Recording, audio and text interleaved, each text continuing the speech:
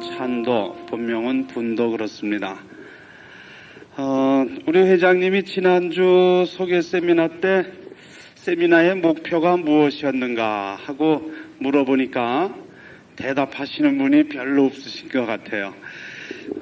일주일 만에 그냥 다 까먹으신 것 같아. 그래요. 성령 성가로 기도하셨으니까 바로 말씀으로 들어가도록 하겠습니다. 다시 한번 우리가 또 이 세미나를 통해서 하느님의 큰 은혜를 기대한다면은 이 세미나를 통해서 하느님이 무엇을 주시고자 하는가를 알아야 될 거예요. 그래야 하느님의 뜻과 우리의 기도가 일치될 때 거기에 더 큰 은총이 주어질 겁니다.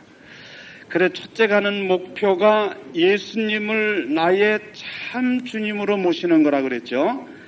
결코 세미나 끝날 때까지 이 목표를 잃어버려서는 안 돼요. 말로는 우리가 예수님은 나의 주님이라고 주님 그렇게 말했지만 실제로 지난 시간 우리 신앙을 되돌아볼 때 정말 예수님이 내 인생의 주인이셨던가 생각해보면은 그렇지 못한 시간들이 더 많았던 것 같아요. 제 자신도 마찬가지고요. 말로는 예수님이 나의 주님이시다 그러면서도 실제로 살아가다 보면은 내가 내 인생의 주인 노릇을 해왔어요. 그래 주님 뜻보다는 내 뜻대로 살려고 했습니다. 그렇다면 예수님은 진정한 의미에서 나의 주인이 아니셨었죠. 또 많은 사람들이 물질 만능주의 시대 속에 살다가 보니까 재물이 최고다. 그래서 재물을 신앙보다도 더 먼저 생각하게 되고 그래 돈이 생기는 일이라면은 주일이고 뭐고 별로 대수롭지 않게 여기는 이런 신앙 속에 살았다면은 그 사람 인생에 있어서 예수님은 주인이 아니셨어요. 어쩌면은 그런 재물이 그 사람에게 있어서는 주인 노릇을 해오지 않았는가. 권력 때문에 하느님 만나는 일을 뒷전으로 하는 사람들, 명예가 좋아서 또 육체의 어떤 쾌락을 즐기기 위해서 주님을 떠나는 사람들, 그들에게 있어서도 예수님은 주인이 아니셨다. 그래서 실제로 이제 우리가 정말 말로만의 나의 주님이 아니라 실제로 내 인생에 예수님이 나의 참 주님이 되셔야 되겠다. 그리고 이 성령 세미나를 통해서 예수 그리스도를 우리 삶의 주님으로 모시는 작업을 다시 한번 우리가 하게 되는 거죠. 이 목표를 잊어서는 안 되겠다는 거죠. 또 두 번째 목표가 이제 뜨거운 믿음의 소유자들이 되어야 되겠다 말씀을 드렸습니다. 뜨겁지 않은 거는 불이 아니라고 말합니다. 마찬가지로 우리의 신앙도 또 우리의 믿음도 뜨겁지 않은 신앙, 뜨겁지 않은 믿음, 그냥 미적지근한 그런 모습, 그런 신앙을 가지고 하느님의 은총을 우리가 알 수 있을까? 그렇지 못하거든요. 그래서 이왕 우리가 하느님을 믿는 것이라면은 정말 뜨겁게 한번 믿어보자. 믿는 것 같이 한번 믿어보자. 이 목표를 두 번째 목표로 삼았습니다. 또 세 번째는 우리가 이 성령 세미나를 통해서 또 하나의 그리스도가 되어서 이제 이 세상에 파견돼야 돼요. 그게 우리들 사명이거든요. 신앙인들의. 근데 그러기 위해서는 우리들이 가지고 있는 여러 가지 약점도 있고 또 나름대로 단점도 있어요. 또 어떤 사람은 정말 고쳐지지 않는 악습들도 있죠. 그런 것들을 우리가 고치지 않고서는 또 하나의 그리스도로 세상에 파견될 수 있겠느냐. 그래서 우리는 이 성령 세미나를 통해서 우리들의 협조자, 예수님께서 보내주셨죠? 협조자, 성령의 도움을 받아서 우리들의 어떤 결점, 약점, 또 어떤 악습들, 그런 것까지도 이제 우리는 고치게 되는 거죠. 그래서 정말 크리스찬으로서의 어떤 인격을 갖추게 되고 또 하나의 작은 예수가 되어서 이 세상에 파견되어져야 된다. 이 세 가지 목표를 가지고 세미나를 시작을 했습니다. 그 밖에 이제 다른 목표를 세우셔도 좋아요. 여러분들이 개인적으로 어떤 지향을 두고 또 세미나에 참여하실 수 있죠. 하느님께 어떤 또 다른 은혜를 구할 수 있죠. 그거는 다 자유롭게 하실 수 있지만 정말 중요한 거는 지금 이 세 가지 목표는 결코 잊어서는 안 된다는 거죠. 그래서 그 세 가지 목표를 달성하기 위해서 이제 오늘부터 7주간 동안 교육이 시작됐습니다. 그리고 오늘이 첫날이죠. 1주인데 오늘 1주 주제가 뭡니까 여러분? 하느님, 성부 하느님에 대해서 이제 오늘 우리가 배우게 되는데요. 우리가 믿는 하느님, 그분이 어떤 분이시냐, 이걸 우리가 알아야 되죠. 하느님을 믿는다고 하면서도 하느님이 어떤 분인지를 잘 모르고 믿는다면 그 믿음이 어떤 믿음이에요? 그건 반쪽짜리밖에 안 되겠죠. 하느님을 우리가 믿는데 우리가 믿는 하느님이 어떤 분이냐, 이걸 확실히 모르고 믿는다면은 그 믿음이 온전한 믿음이라고 말할 수 없을 거예요. 그래서 오늘 이제 우리가 지금까지 하느님에 대해서 어떤 이해를 가졌든지 그건 다 접어두셔요. 접어두시고 성서가 말하는 하느님은 어떤 분이냐, 하느님을 가장 잘 우리에게 알려주는 것이 뭡니까? 성서지요. 이 성서를 통해서 우리는 하느님을 만나고 하느님이 어떤 분인지를 알고 하느님 안에 함께 살아갈 수 있는 거죠. 그래서 성서 말씀을 통해서 하느님이 어떤 분인지를 알아보자는 거죠. 자, 그러면은 여러분 이제 교재를 보면서 차례대로 한번 보도록 하겠습니다. 33쪽이죠. 1주 하느님의 사랑. 제1일 주제가 뭡니까? 창조주이신 하느님의 사랑이라고 그랬어요. 이제 하느님의 사랑을 성서 안에서 하나하나 찾아보는 건데 제일 먼저 하느님의 사랑을 무엇을 통해서 깨달을 수 있느냐? 창조를 통해서 하느님의 사랑을 우리가 만나게 되는 거죠. 그래 이 성서 창세기 1장에서 요한묵시록 끝까지 성서의 내용이 뭐냐? 한마디로 줄여서 말하라고 한다면은 그건 하느님은 사랑이시라는 거예요. 그래 창세기 1장에서부터 하느님의 사랑에 대한 말씀이 나와요. 창세기 1장의 내용이 뭡니까 여러분? 천지창조 대목 나오죠? 천지창조 이사야서 45장 12절에도 말씀이 거기 나오죠? 땅을 만든 것은 나다, 그 위에 사람을 창조해 놓은 것도 나다. 모든 걸 창조하신 분이 바로 하느님이시다. 그런데 창세기 1장을 보면은 그랬어요. 하느님이 이제 6일 동안 이 세상 만물을 다 창조를 하십니다. 그런데 매일같이 만들어 놓은 걸 보시고 하느님이 뭐라고 말씀하셨죠? 뭐라고 그랬습니까? 보니 참 좋았다. 글쎄 어째 여러분 대답이 맞으신 것 같기도 하고 또 어떻게 들으면은 뭐가 좀 그냥 부족한 것 같기도 하고 그래요. 왜 그럴까요? 성서를 펴보면은 분명히 하느님이 매일같이 창조해 놓으신 걸 보고 보니 참 좋았다. 여러분이 지금 대답하신 대로예요. 그러니까 여러분의 대답이 맞긴 맞으셨는데 뭐가 부족하게 느껴질까 생각을 해보니까 여러분의 말은 맞았는데 표현이 부족하신 것 같아. 표현이. 성서를 읽으면서 한번 생각해 보는 거죠. 그냥 글자만 보는 것이 아니라 그 하느님의 마음도 한번 생각해 보고 내가 주인공도 한번 돼보고 그렇게 성서를 대한다면은 훨씬 더 은혜가 있을 거예요. 그래, 이 천지창조하는 대목을 나름대로 한번 묵상을 해봤어요. 하느님이 어떻게 말하셨을까?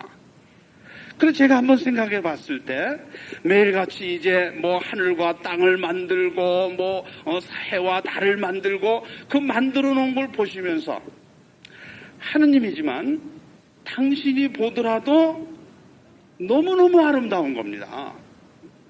당신이 만들으셨지만 너무 잘 만들었어요. 그래, 하느님이 만들어 놓은 걸 보시면서 그냥 당신 무릎을 치시면서 이야, 이건 내가 만들었지만 내가 봐도 정말 좋다. 참 좋다. 하느님이 그렇게 감탄하실 정도로 이 세상은 아름답게 창조되었어요. 이건 뭡니까? 하느님의 사랑이지요. 어째서 그렇습니까? 이 참 좋은 세상을 창조하셔서 누구에게 주셨느냐 하는 거죠. 이 세상 창조하셔서 누구에게 주셨습니까? 우리들에게 주셨잖아요. 저희에게도 주시고 여러분에 주시고 세상 모든 사람들에게 주셨어요. 그 아름다운 세상을 만들으셔서 이건 뭡니까? 나를 사랑하시는 하느님께서 그 아름다운 세상을 창조하셔서 우리에게 주시려고 그렇게 창조하셨다는 거죠. 그래, 이 창조를 통해서도 우리는 하느님 아버지의 사랑을 알게 되는 겁니다. 너무도 좋으신 분. 그런데 이런 이야기를 하면 어떤 분은 그래요. 뭐가 하느님의 사랑이냐? 뭐 참 좋은 세상을 만들어서 옆집에 또리 엄마한테는 줬는지 모르지만 나한테는 안 주신 것 같다. 그러니까 내가 사는 게 요 모양 요꼴이고 맨날 우리 집안에는 우한만 있고 그냥 맨날 몸도 불편하고 하는 일마다 제대로 안 되고 뭐가 하느님이 사랑이냐 이거예요. 나는 하느님 사랑 모르겠다. 그렇게 말하는 분들이 있어요. 또 때로는 정말 하느님 사랑이라면은 왜 세상에 착하게 살려고 하는 사람들이 오히려 더 고통스럽고 왜 힘들고 오히려 죄 짓고 못된 짓 하는 사람은 오히려 더 떵떵거리고 잘 살고 그런 걸 보면서 뭐가 하느님의 사랑이냐 이렇게 질문을 하는 분들도 많이 있어요. 그러면서 하느님은 다른 사람은 사랑하시는지 모르지만 나는 하느님 사랑을 모르겠다. 생각해보면 뭐 그렇게 말할 수 있을 것도 같아요. 그런데 그건 얼마나 우리들의 큰 착각인지 모릅니다.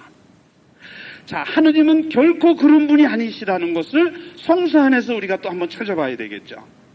자, 마태오복음 5장 45절 여러분 교재에 나와 있죠? 같이 한번 이 성서 읽어보십니다.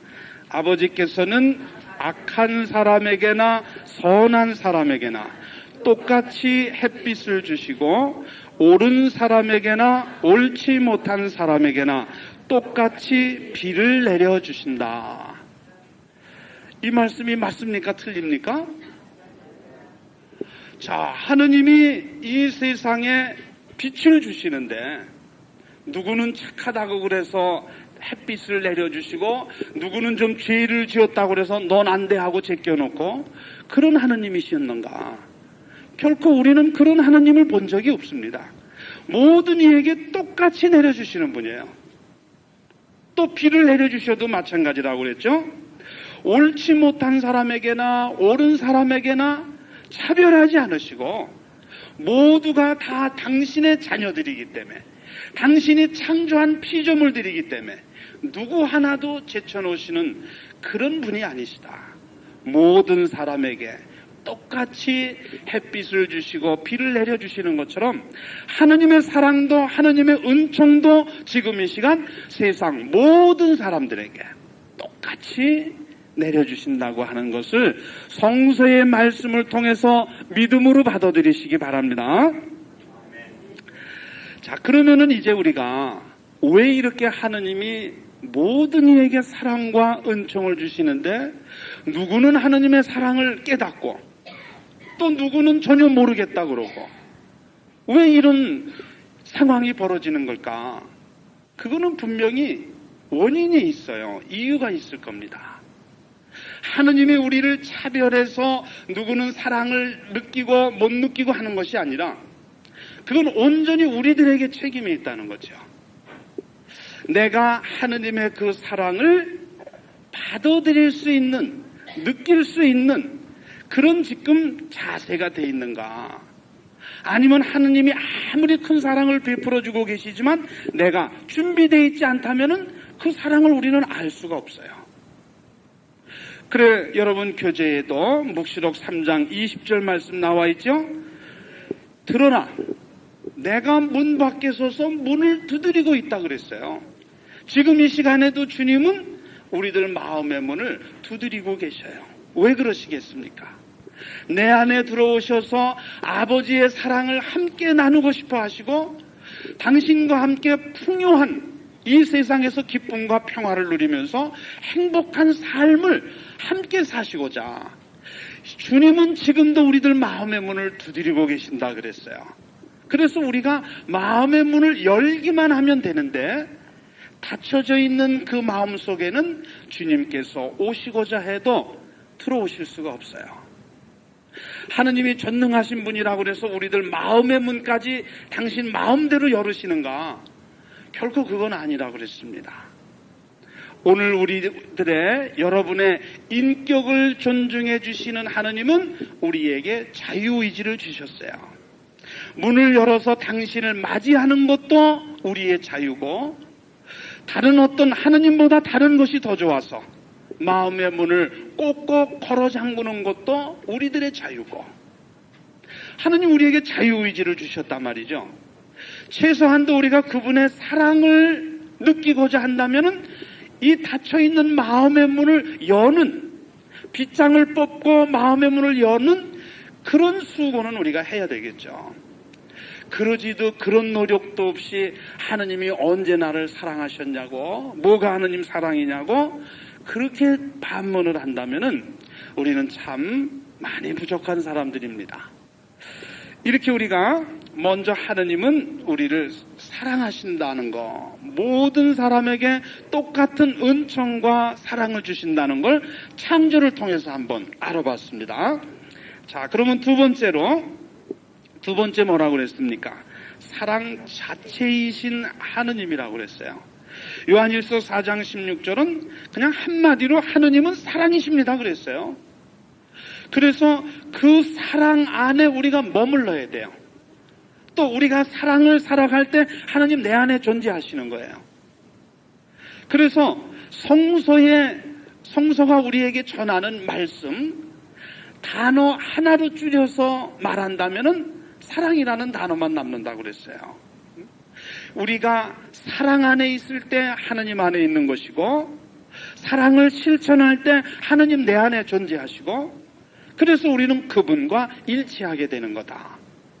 하느님이 얼마나 우리를 사랑해 주시는지요. 여러분 페이지 하나를 넘기시면은 이사야서 46장 3절 4절의 성서 말씀 한번 크게 읽어보십니다. 태어날 때부터 나는 너희를 업고 다녔다. 너희는 늙어가도 나는 한결같다. 너희가 비록 백발이 성성해도 나는 여전히 너희를 업고 다니리라. 너희를 업어 살려내리라. 자, 이 이사야서의 말씀을 보면은 하느님이 우리를 얼마나 사랑하고 계시는가를 알 수가 있어요. 여러분 이런 성서 말씀 보셨습니까? 성서를 자주 읽고 묵상하시는 분은 이사야서의 말씀을 이미 알고 계셨겠지만 성서를 별로 가까이 하지 않으시는 분들은 성서에 이런 말씀이 있는지 이제 처음 보시는 분들도 있을 거예요. 그러니 이렇게 우리를 사랑해 주시는 말씀이 있는데도 성서를 가까이 하지 않았으니까 하느님이 사랑이셨는지 도무지 알 수가 없었던 거죠. 그래서 우리는 말씀 안에 항상 머물러야 한다는 거죠. 어쨌든 오늘 우리가 처음 보든 아니면 두 번째 보든 이 성서 말씀을 보면은 하느님이 어떤 분이시냐. 그냥 말로만의 하느님이 아니라 그분은 구체적으로 우리 삶 속에서 나와 함께 해주신 분이었다는 걸 알게 되지요. 내가 이 세상에 태어날 때부터 아버지께서 함께 해주셨다는 거예요. 그것도 나를 업어서 키워주시고 나를 안아주시고, 비록 너희가 백발이 송성해 있지만 지금도 나는 너희를 업어주고 안아주고 그렇게 너를 보살피고 있다. 이 말씀을 우리에게 주시는 겁니다. 사랑이신 하느님. 또 이런 성서 말씀을 드리니까 또 그런 분들도 있어요. 아니, 언제 하느님이 날 업어줬어? 응? 난 하느님한테 업혀본 기억이 한 번도 없네. 성서의 말씀이니까 그렇지 뭐 하느님이 언제 날 업어주고 안아줬냐고. 그런데 그렇지 않습니다. 우리들이 하느님이 나를 업어주시고 안아주시고 보살펴주시는 것을 내가 느꼈든 못 느꼈든 어쨌든 하느님은 지금 이 시간도 우리를 안아주시고 업어주시고 보살펴주고 계신다는 이 사실만큼은 변함이 없어요. 내가 느끼든 느끼지 못하든 못 느끼는 것은 우리의 문제예요. 자, 증거를 하나 좀 들어드립니다. 우리가 다 아는 이제 성인의 이야기를 좀 드리려고 합니다. 너무도 유명한 아시시의 성 프란치스코 성인. 이 프란치스코는 하느님의 사랑을 체험했기 때문에 성인의 길을 갈 수 있었던 분이에요. 정말 그분이 언제나 나를 이사야서의 이 말씀처럼 업어주고 안아주고 있다는 것을 피부로 느끼고 체험했기 때문에 어떤 상황 속에서도 어떤 어려움 속에서도 자기가 가야 할 길을 힘있게 걸어간 분, 그래서 성인이 되신 분이에요. 이 프란치스코가 젊었을 때 있었던 일입니다. 이제 모든 걸 다 버리고 주님의 제자가 돼서 주님의 도구가 되어서 나도 이제 또 하나의 그리스도로 이 세상을 살아가야 되겠다. 그런 마음의 다짐을 하죠. 그리고 생각한 것이 예수님이 이제 공생활을 시작하시기 전에 무엇을 하셨습니까? 광야로 들어가셔서 40일 동안 단식하며 기도하셨다 그랬죠. 왜 그렇게 했습니까? 공생활을 준비하시기 위해서 그렇게 하신 거예요. 그럼 무슨 일을 하든지 하기 전에 예수님은 준비하셨어요. 기도로서. 하물며 오늘 우리들도 무슨 일을 하든지 그러기 때문에 주님을 따라서 우리도 기도로서 준비해야 되는 거죠. 그런데 우리는 이런 일들에 대해서 너무너무 부족해요. 앞으로는 우리가 그렇게 해야 되겠죠. 이 프란치스코도 이제 주님의 도구로서의 삶을 살아가기 위해서 나도 예수님과 같이 한번 그렇게 40일 동안을 탄식하면서 기도로서 한번 준비해 보겠다. 그래 프란치스코가 광야로 들어갑니다. 그래 40일을 기도하면서 탄식하면서 기도했어요. 정말 어려운 일이었지만 주님의 도움을 청하면서 했을 때 정말 힘들게 40일 금식 기도를 마칩니다. 그래 너무너무 감사한 거예요. 주님께서 도와주셔서 제가 이렇게 기도할 수 있었습니다. 그리고 이제 돌아가려고 막 일어섰는데 프란치스코 앞에 큰 모래 언덕이 펼쳐져 있습니다. 그런데 그 모래 언덕을 보는 순간 프란치스코가 무슨 생각을 했는가 하면은, 그래 2000년 그 예수님이 이 죄 많은 인간을 구원하시기 위해서, 이 세상을 구원하시기 위해서 그 무거운 십자가를 지고 골고타 언덕을 오르실 때 얼마나 힘들으셨을까? 그 십자가의 길이 얼마나 큰 고통이었을까? 그 예수님 십자가의 길에 한번 자신도 동참해보고 싶은 충동을 느낍니다. 그래 그 모래 언덕을 보면서 그 언덕을 골고타 언덕이라 생각하면서 나도 한번 그리스도의 그 십자가의 길에 동참해보리라. 40일 단식을 하고 난 그 지친 몸을 이끌고 그 모래 언덕을 오르기 시작을 합니다. 수도 없이 넘어졌죠. 그러나 그때마다 예수님도 십자가를 지고 가시면서 3번씩이나 넘어지셨어요. 그러나 그분은 끝내 일어나셔서 승리의 길을 가셨던 것처럼 주님, 저로 하여금도 다시 일어설 수 있는 힘을 주십시오. 기도하면서 그 모래 언덕 끝까지 다 올라갑니다. 올라가서 프란치스코는 무릎을 꿇고 기도했어요. 하느님, 나를 도와주셔서 이렇게 제가 이곳까지 올라올 수 있게 은혜를 주셨습니다. 감사의 기도를 드리고 이제 돌아서서 내려오려고 하는데 자기 앞에 펼쳐져 있는 그 광경을 보면서 프란치스코가 깜짝 놀랐어요. 왜 놀랐는가? 분명히 그 모래 언덕을 올라올 때는 자기 혼자 올라왔습니다. 주위를 봐도 아무도 다른 사람은 없어요.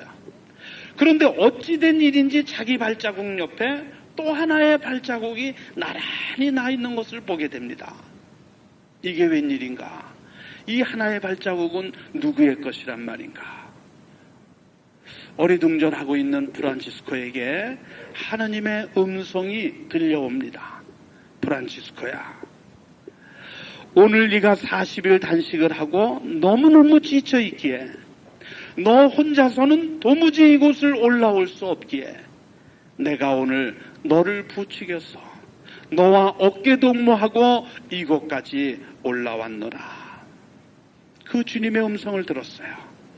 그 음성을 듣는 순간 프란치스코는 너무너무 감격했지요. 그랬군요, 주님. 당신이셨군요. 당신이 나를 부추겨 주셨기에 제가 이곳까지 올라올 수 있었군요. 주님 감사합니다.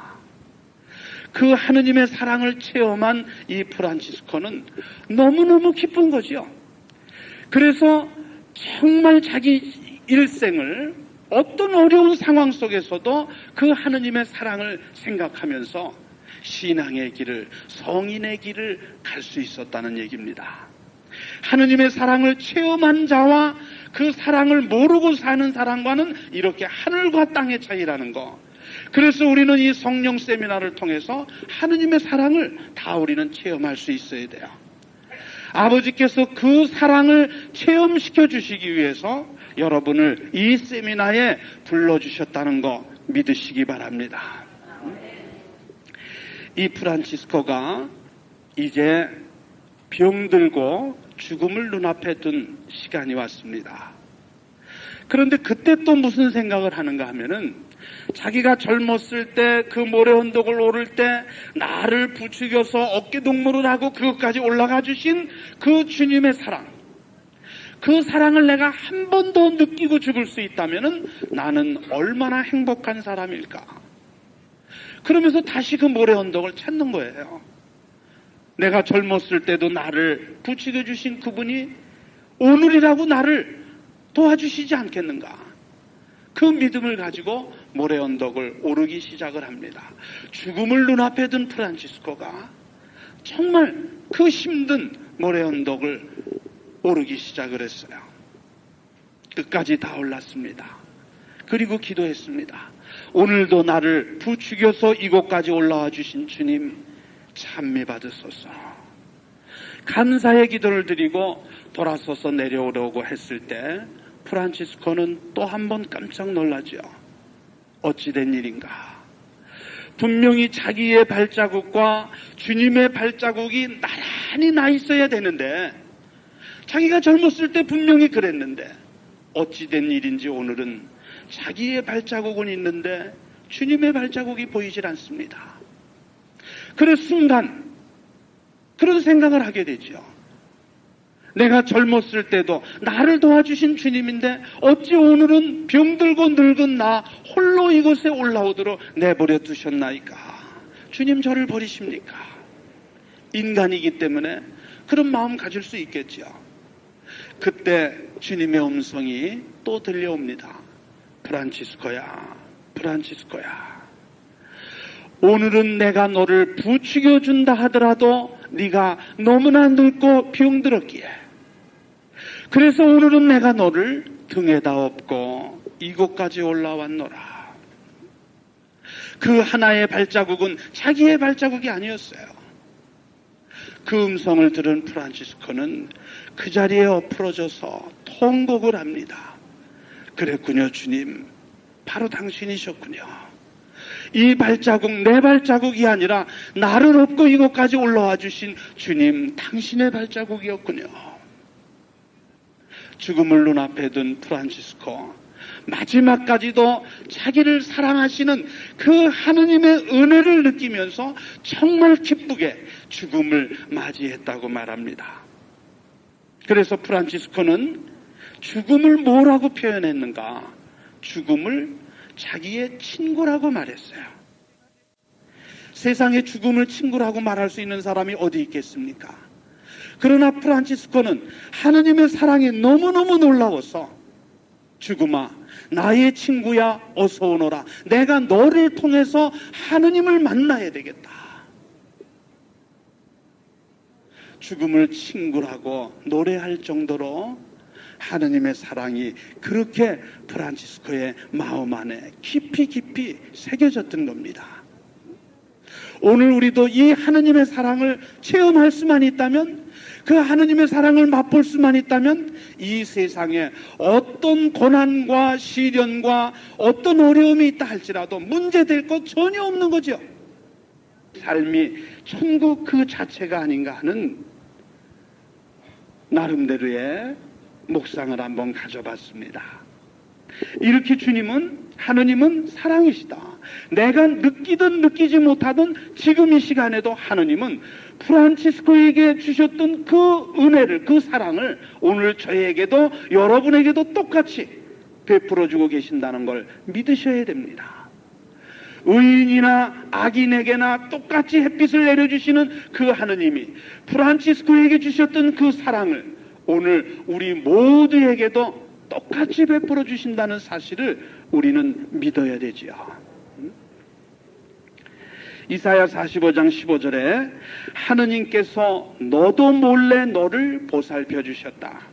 이스라엘의 구세주 하느님께서 너를 보살피셨다 말씀하셨어요.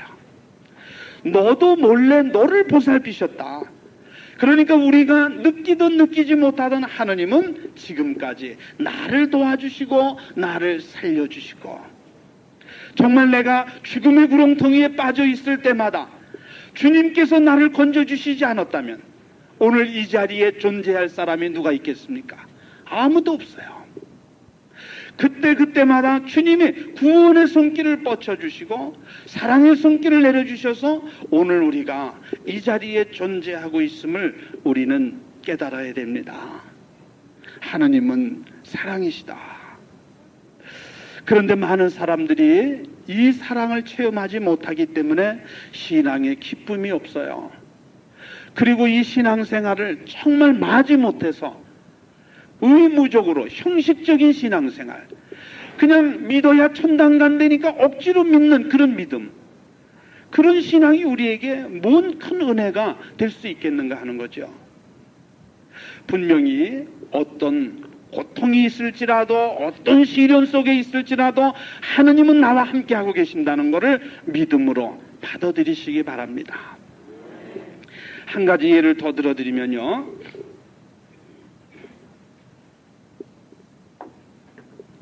고통이 있고 시련이 있을 때는 하느님의 사랑을 많이 의심을 해요. 정말 하느님이 계실까? 열심히 기도하는데도 응답이 없을 때 하느님 정말 존재하시는가? 의심을 할 때가 있어요. 어느 외딴 섬에 고기잡이 하는 부부가 살았습니다. 아주 부부간의 금실이 좋고 열심히 살아갔어요. 어느 날 남편이 고기잡이를 나갔습니다. 그런데 날이 저무는데도 남편의 배가 들어오지를 않아요. 그래 아내는 걱정이 돼서 기도하기 시작을 했습니다. 열심히 기도를 하지만 밤은 깊어갔는데도 남편이 돌아오지를 않습니다. 바다에는 풍랑이 일고 파도가 치기 시작했어요.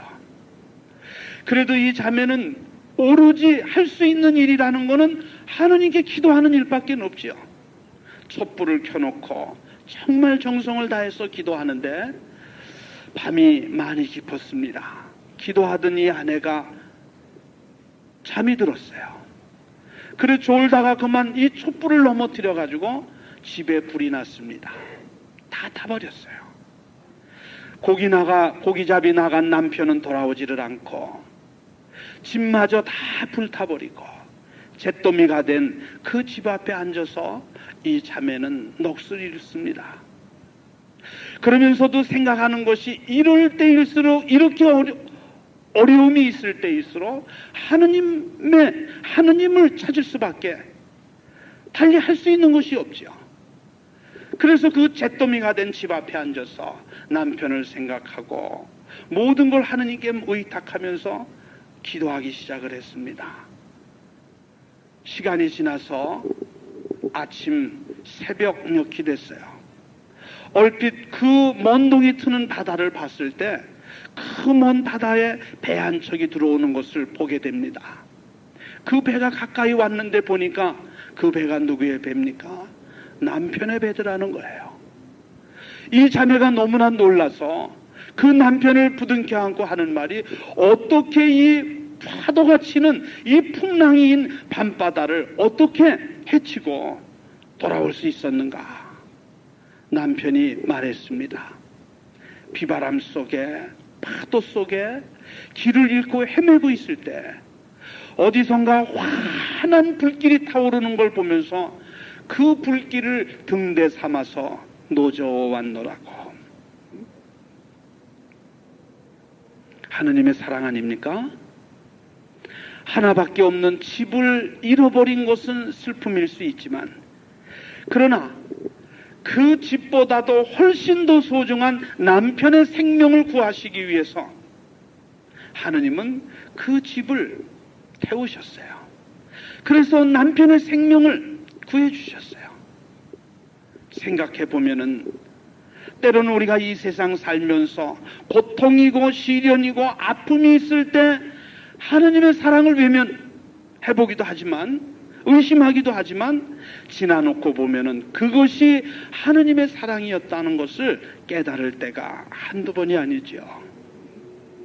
하느님은 이렇게 어떤 상황 속에서도 우리를 사랑하시는 분이라는 걸 우리가 믿음으로 받아들여야 되죠. 어떻게 그 큰 하느님의 사랑을 우리가 알 수 있을까? 여러분, 바다에 사는 새우가 그런데요. 바다를 이야기하면은 새우는 바다가 뭔지 몰라서 바다가 뭐야? 그리고 묻는답니다. 네가 사는 데가 바다야. 그리고 말을 하지만 이 작은 새우가 바다를 알 수가 없어요.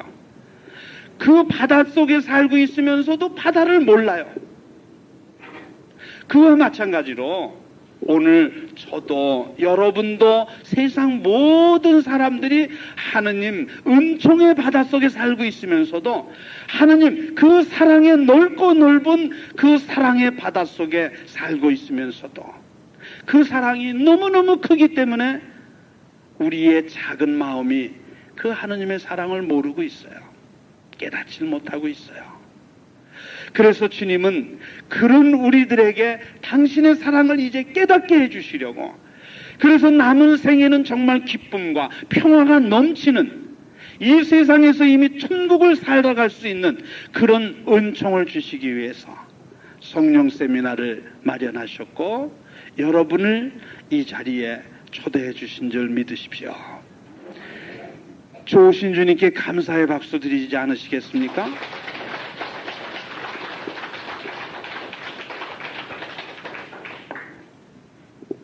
세 번째로, 또 우리가 무엇을 가지고 하느님은 사랑이시라는 것을 깨달을 수 있을까?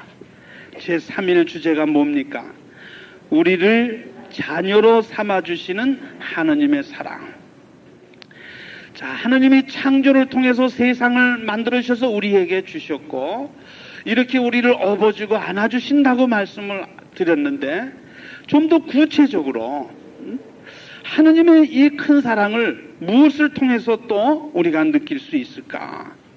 하느님이 우리를 자녀로 삼아주셨다는 거예요. 그냥 우리가 막연하게 하느님 아버지 아버지 그래요. 그러면서도 하느님을 아버지라 부르면서도 그 아버지의 사랑을 모르고 있어요.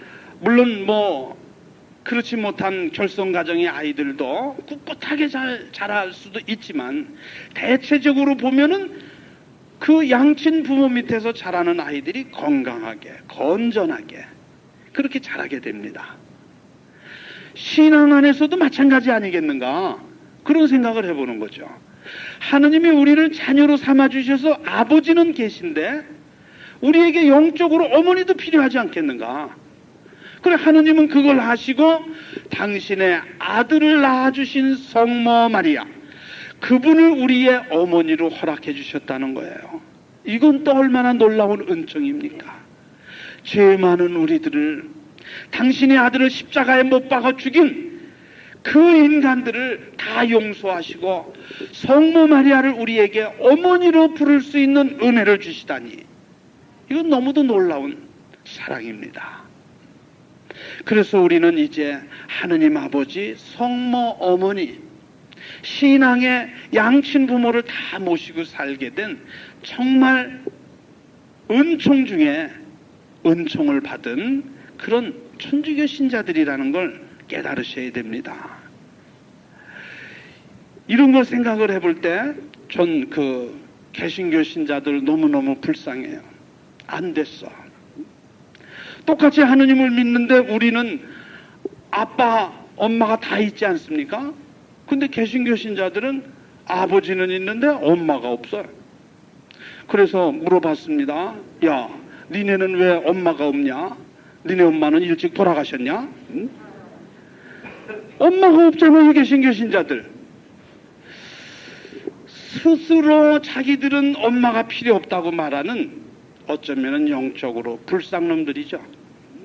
세상에 엄마가 필요 없다니, 이거 말이나 되는 얘기입니까?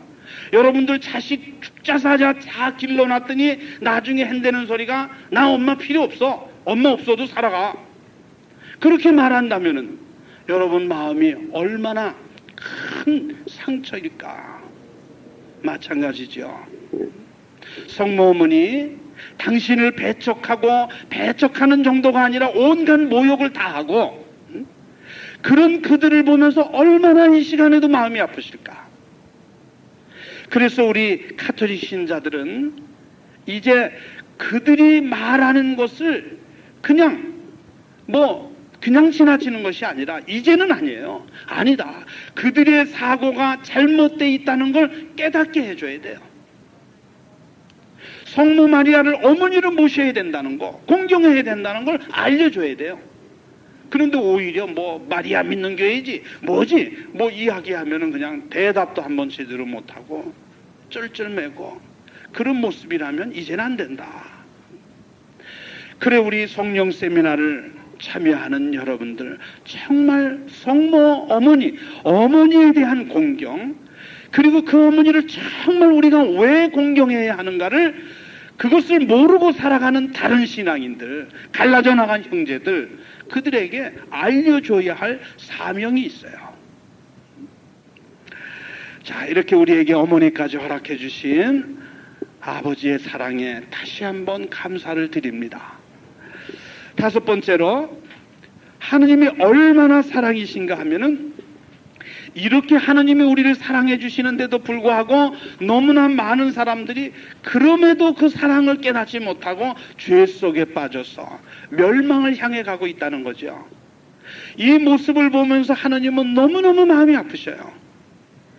그래서 정말 인간이 하는 모습을 보면은 죽든지 말든지 그냥 내버려 둘 수도 있겠지만, 그러나 하느님은 사랑이시기 때문에 수없이 죄 속에 빠져 있는 그런 우리 인간을 그냥 버려두실 수가 없어요. 그래서 끝까지 기다려 주시는 거예요. 이제나 회개하고 돌아올까? 이제나 다시 돌아오려나? 뜬 눈으로 밤을 지새우면서 당신의 자녀들이 당신 품 안으로 돌아오기를 기다려 주시는 분, 언제고 돌아오기만 하면 다 용서해 주시고 다시 당신 자녀로 삼아주시고자 하는 그런 마음에 결심을 하고, 지금 이 시간에도 대문을 활짝 열어놓고 그 자녀들이 돌아오기만을 기다려주시는 아버지의 사랑, 루카복음 15장의 성서 말씀을 통해서 우리는 이 아버지의 사랑을 깨닫게 됩니다.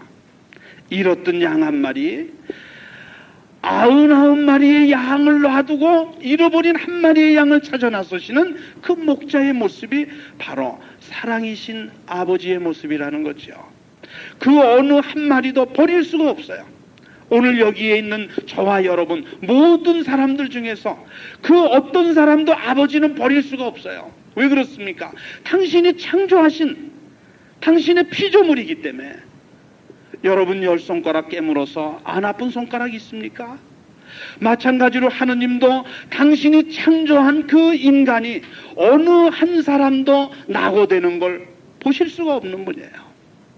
그래서 오늘도 지금 이 시간에도 우리가 돌아오기만을 기다리고 계시는 분이다.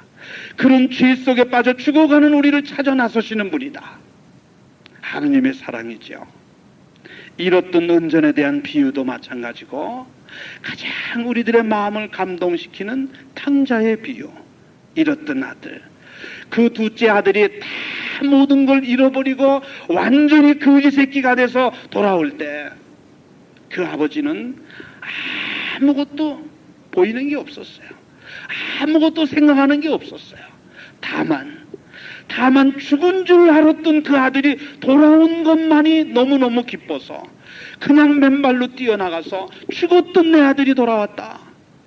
너무너무 기뻐하면서 잔치를 벌이자고 그렇게 말씀하시는 아버지. 그분이 바로 하느님이시라는 거죠. 그래서 오늘 우리도 지금까지 우리의 삶이 아무리 죄악 속에 살아왔다 하더라도 정말 그분 앞에 얼굴을 들 수도 없는 그런 죄악 속에 묻혀 있다 하더라도 우리는 그래서 희망이 있는 거예요. 이 탕자를 보면서 그래 나도 이제 돌아가기만 한다면은 아버지께서는 나를 묻지 않으시고 지난 시간에 나의 잘못을 따지지 않으시고 나를 받아주신다고 하는 이 희망을 갖고 우리는 사랑이신 아버지께 돌아가야 하는 거죠. 아버지의 사랑. 끝으로 우리는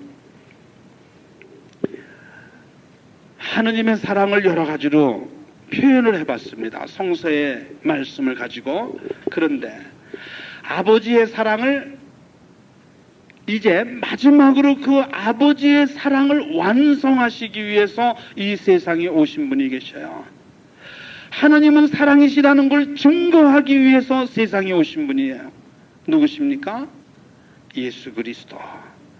아버지의 사랑을 완성하시기 위해서 예수님은 이 세상에 오신 분이에요. 무엇을 통해서 완성하십니까? 당신의 생명을 내주심으로써 당신의 생명을 희생 제물로 내놓으시면서 아버지의 사랑을 완성하신 분이다.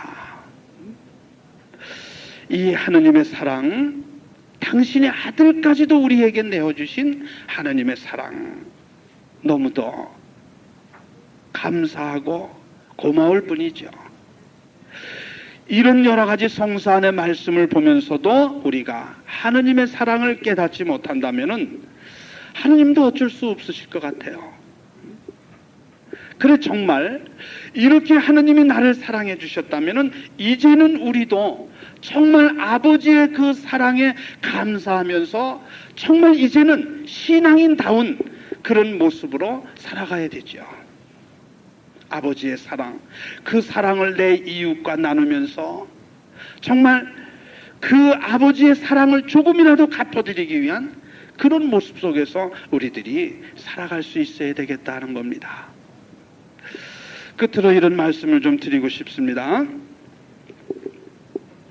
그렇다면은 시작하면서도 말씀을 드렸지만 왜 우리가 하느님의 사랑을 잘 깨닫지 못하고 그렇게 나를 사랑해 주시는데도 실망과 좌절 속에 방황하고 있을까? 왜 그렇게 살아갈까?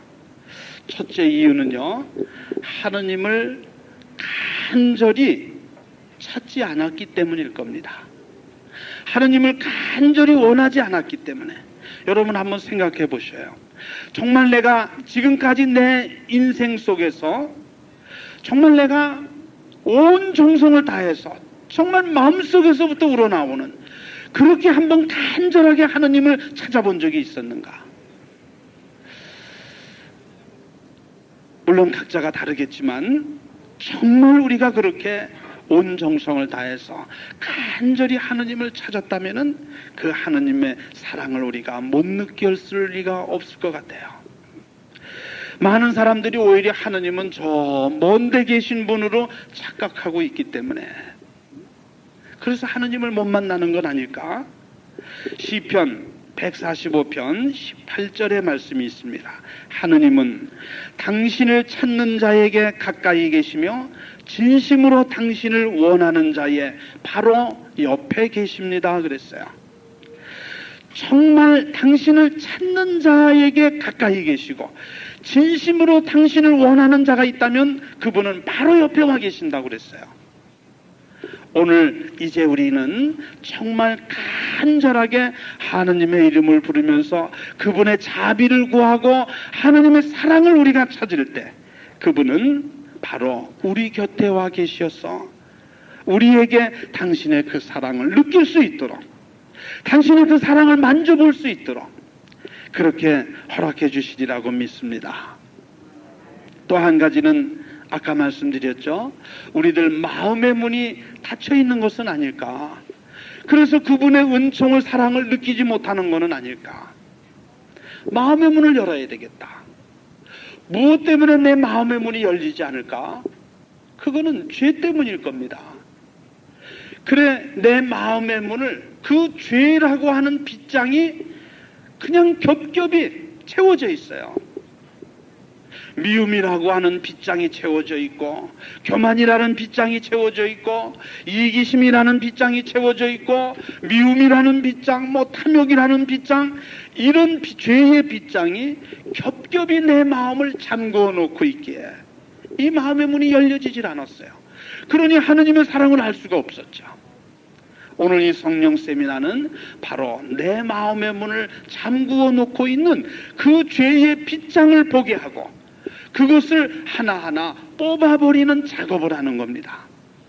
오늘 이 강의를 들으면서 이미 여러분 마음을 잠궈 놓고 있던 죄의 빗장이 뽑혀지기 시작했어요.